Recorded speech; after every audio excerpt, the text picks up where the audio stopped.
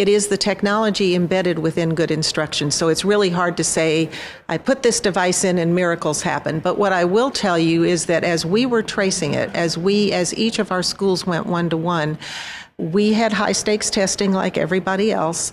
And one of the things that the research told us at that time was that a lot of times as you make that shift to one-to-one, your scores can go flat for a while before it comes around, and that was not our case. The scores did improve even in the first year, and that was in a state where the passing standard was raised every year, so you had to be higher to pass or have, the percent of students passing, and we did see an increase. And where we saw the most dramatic increase was in the students in our lower SES socioeconomic population. So the most economically disadvantaged students saw the greatest gains, particularly in math and science is where we saw, and that continued for several years when I was still working in the district. So those scores are important, and we track the data, and they did go up.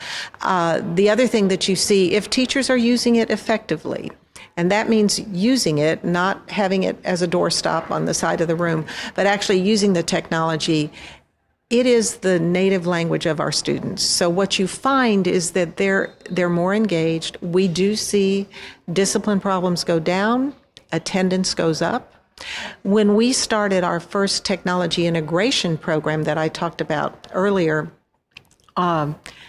even with our very young students, what we began to see is when it was time for recess, they didn't want to go. They wanted to stay in the room and keep doing what they were doing. So we knew we were onto something at that point. But it is so natural today for the students who are coming through today to ask them to do without it is to ask them to almost the equivalent of don't eat anymore either. It's just a natural part of their life. Well, that brings up another question that comes to mind frequently, which is there's all this technology. The pressure is rising to begin to utilize this for teaching practices.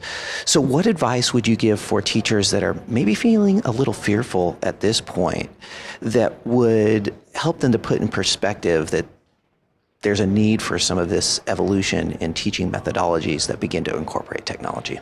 The role of a teacher today is very different. It's very different than when I was in the classroom. You have to embrace that. I think change is a part of life that we all have no matter what we're doing, and you have to understand that that's just the nature of the beast of living in 2014 and beyond, is that change is going to be a part of it. But when I think if a teacher can look at how empowering that can be for her. And I think when teachers, or him, and when teachers put the focus on the students, and you just have to look at the faces of your students.